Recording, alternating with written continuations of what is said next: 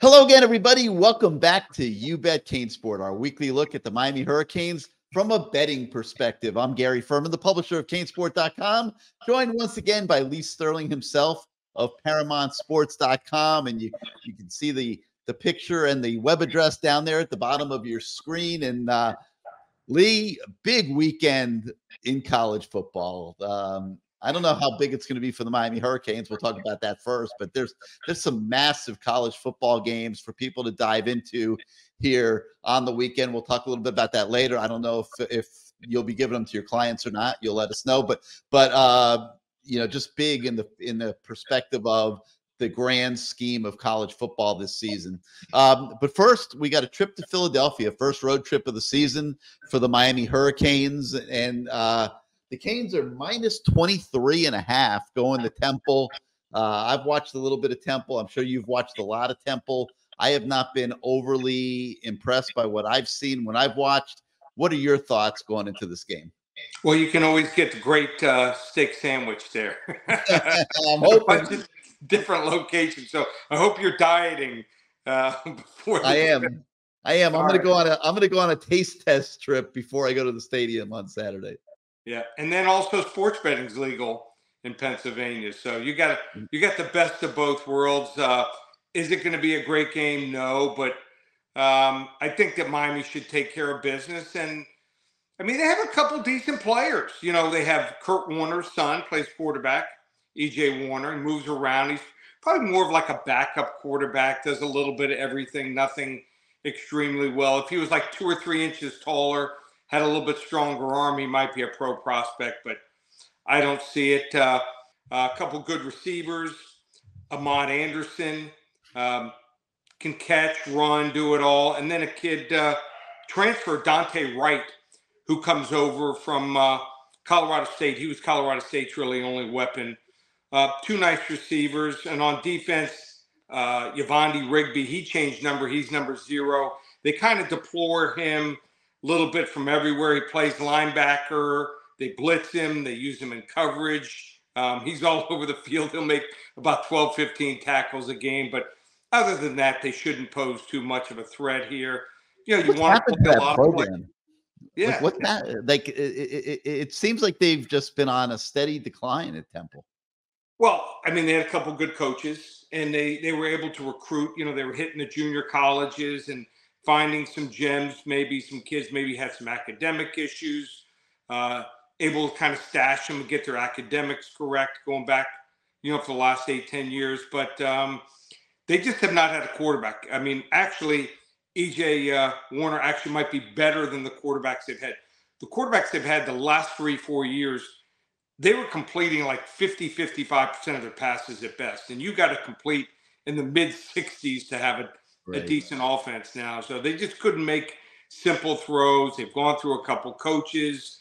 You know, what's their selling point? You know, no one goes to their games. They're not really in a conference where these kids are going to get seen. So, you know, unless it's a kid that slips through the cracks, you know, they're not going to get huge level talent. So what's crazy is we're going into the 4th game and we don't have a whole lot to complain about with the Miami Hurricanes. So they've looked good. We're deep. We've got a backup quarterback who might be the future. Slow down, Lee. I don't know about the deep part. Well, I mean, we've got some depth. We didn't have any depth. A little bit of depth. Not as much as people think, yeah. We didn't have a backup quarterback last year. I don't think Brown was the guy. Williams might be the kid. We've got like 5 running backs here. We've got maybe 7 or 8 serviceable offensive linemen. Last year we had about 3 or 4. Yeah, I'd say 6. Yeah. I mean, and I would say the backup quarterback, I don't know that you'd want to go play Clemson or Florida State. No. You know, so I consider that a delicate situation. Right, but still, how many freshman quarterbacks can come in and do much of anything? So true. Yeah, no doubt.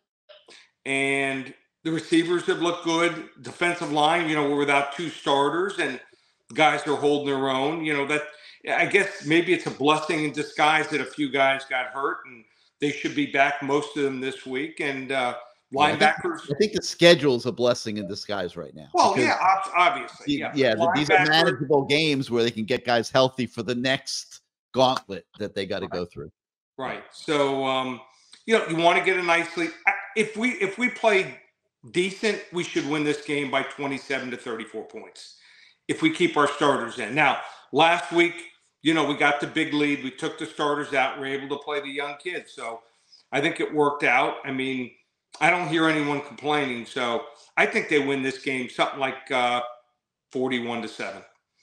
Okay, so lay the points, take Miami Yeah. in the Miami at Temple game, the first road trip of the year. All right, I mentioned some of these really great games in college football this weekend, and those that are coming to Philadelphia, like you mentioned, there is sports betting there. You got a couple casinos that have sports books, so you guys are going to be able to make some wagers on some of these college football games this weekend.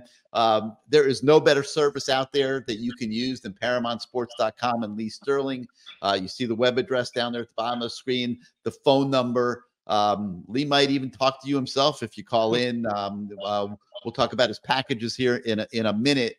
But you're going to get a little bit of a sampling right now of Lee's wisdom on some of these games, because I'm going to grill him a little bit. I'm going to be at the sports book this weekend, and I want to know, there's a night game on Saturday night between Florida State and Clemson. Florida State 2.5 at Clemson. I believe it's a night game. Am I right about that? I think it's 8:00 game. Yeah. So after the Miami Temple game, you'd be able to go hustle over the sports book and watch FSU at Clemson. -2.5. The Seminoles are favorites on the road, Lee. Are people undervaluing Clemson and overvaluing Florida State? Give us some wisdom. Okay, so this is not a game I'm giving my clients. Be perfectly honest with you. It's too tenuous. It's like, it's a tough game. You're probably scared to give it to your clients. Right. But so I think now when we look at the Florida State win over LSU, becomes more impressive that LSU just, dominated Mississippi State. I mean, that game was a rout from 7-8 minutes into that game. So also maybe when you saw the BC game, a combination, they were looking ahead and they faced a mobile quarterback. LSU had Jaden Daniels, which is mobile. Clemson does not have a mobile quarterback. So he's a guy that will only run, when it's necessary or when he's really facing a lot of pressure. He only has 63 rushing yards. Just Cade Klubnik in the 3 games here. So Clemson loses and they're basically out, with 2 losses here. And even though they dominated FAU last week, FAU looks terrible this year. I mean, Ohio shut out FAU the second half last week. So Clemson does have 7 straight wins at home versus Florida State. I think these Florida State kids will be motivated. I think Florida State has the better receiving talent, and that's the difference. Both teams have a couple good running backs. Maybe Clemson, you can give them a slight edge at running back, but I think the defense is actually better for Florida State. I think the receivers are better here. They're 8-2, last 10 in the ACC, and I'm going to take FSU. Tight game. Lay the 2.5. They win 27-23. Wow. And boy, would that be a seismic blow delivered early in the ACC race, because that would, like you said, pretty much probably eliminate Clemson, I would think, from the ACC championship game. I mean, North Carolina's got to go to Pitt this weekend. You can tell me if I'm right or wrong. I think that's going to be a tougher than people think out for the Tar Heels going at Pittsburgh. But it also kind of like makes the path, pretty simple for Miami. You can build, try to, even if you split North Carolina, Clemson, you're still in it going to Florida State. So this ACC race could get kind of interesting here. All right. Ohio State goes to Notre Dame. That is obviously massive game. Notre Dame is a 3-point favorite over the Buckeyes. And Lee, tell us what you think about that one.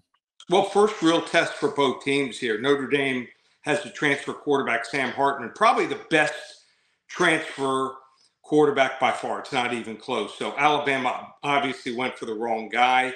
Should have pitched him, should have given him a couple million. What's a couple million to Alabama? But here's to show you the difference in their quarterbacking. Last year, after 3 games, Notre Dame's quarterbacks had 3 touchdowns and 3 interceptions. This year, after 4 games, Sam Hartman's played like 90% of the games in time. Their quarterback's 15 touchdowns, no interceptions. I don't know. I can't remember. I don't think ever had that type of competency at quarterback. And also Ohio State, which last year they were 12 touchdowns, no interceptions with C.J. Stroud at this point in the year. Just 7 touchdowns and 2 interceptions with a new quarterback. And the Notre Dame running backs are good. Their top 2 running backs are averaging 8.3 and 6.6 yards per carry. Ohio State, very good also, 6.4 and 7.0. Home field advantage goes to Notre Dame here. And Ohio State, believe it or not, 1-7 against the spread. The last 8 games as a road favorite. I think Notre Dame knocks them off here, 28-24. Wow. The Irish, they're storming back into relevancy, which I hate to see because I don't like the whole attitude up there. I think they should join the ACC and make the ACC a really good conference like the SEC and Big Ten and do the right thing for college football. But if they keep putting good teams on the field, the network's going to have to pick them up. And I guess we're going to have the status quo for a while. All right. Another really interesting game. Ole Miss at Bama. You got Lane Kiffin going back. He's trolling Nick Saban a little bit, as he loves to do. These two go at it. What do you think about that game? So in the last couple of times that they've played, Ole Miss has been trailing by double digits. And Lane Kiffin's been desperate. What he's had to do is try fake punts, go for it on 4th down, just get back in the game. His team is significantly better this year, and Alabama's worse. So if he has to go for it, it's going to be probably a 1-score game. So I think that Alabama has slipped a lot. And here's some stats that'll back up how I feel. Alabama, just 5.8 yards per snap. Ole Miss, 8.2 yards per snap this year. Wow. I think Ole Miss is more explosive. I mean, how desperate was Nick Saban? He ends up taking out Jalen Milroe, after a substandard game against Texas, and he tries 2 quarterbacks, Tyler Buckner and Ty Simpson, and it was so bad that they barely beat South Florida. He goes right back to Jalen Milroe. So 7-point favorite. Alabama's is given 7 points. Yeah. Wow. I think Ole Miss is going to be ready here. I think Lane Kiffin's been game planning for this game for a while. Alabama did win the last 7. So Lane's looking for his first win. I think he's going to become the 4th former assistant that breaks through and gets the win. I like Ole Miss outright here, 31-27. Wow, outright. Money line, baby. You're going to get some good odds on the money line in that game. Right. And imagine you could even tease Ole Miss in that game. And I don't like to tease college games because points are cheap. You know, in the NFL, you've got you get a lot of games 24, 21, 27, 24. Yeah. So the key numbers in the NFL are 3, 4, 6, and 7.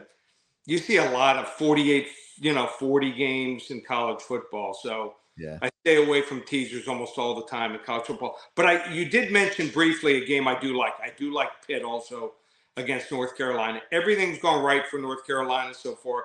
I just don't understand why Phil Jervik has not done better for Pitt. He's a transfer quarterback from Boston College. I always liked him when he was healthy. He is healthy from all reports. Just their offense has not clicked yet. But I think at home, I would not back them on the road. They are at home playing North Carolina. Line is like 7.5, 8 points. So, wow, North Carolina? North Carolina's the favorite, yeah. They're the favorite, 7.5, 8 points going into Pittsburgh? Yeah. Wow. So there's another one. There's another maybe money line or a nice underdog you can look at. So, oh man, this is a super betting weekend, folks. This is really going to be fun. Those of you that are coming to Philly, I'll probably see you at the sports book. Hopefully Lee is making us a bunch of money here. Lee, you just gave 5 free picks. Yeah. Now it's time for people to pay for some of your service. ParamountSports.com, 1-800-400-9741. You got any specials this week? We do. We're on a 25-11 run this year, so it's been a real good start to the season. Anyone wants to come on board, we rate our selections from 10 to 50 units. We have a 2-week special, $127. It's my phone service. You call once a day, hear every single game on a tape, college and pro combined. Can get probably between 11, 14 games a week. So not going to win every game or every week, but You're had not? 28 out of 29 winning seasons, and hoping this one puts some money in your pocket. And if you do well, might be time to buy a dinner for maybe a few of your followers out there. All right. All right, Lee. Well, thank you so much for your insight this week. And it's an exciting week in college football. Everybody enjoy it. Those of you that are coming to Philly, say hello, wave at the sports book as we make all kinds of money on Lee's picks. So for Lee Sterling, I'm Gary Furman. Thank you once again for joining us on You Bet CaneSport. We'll see you next week, everybody.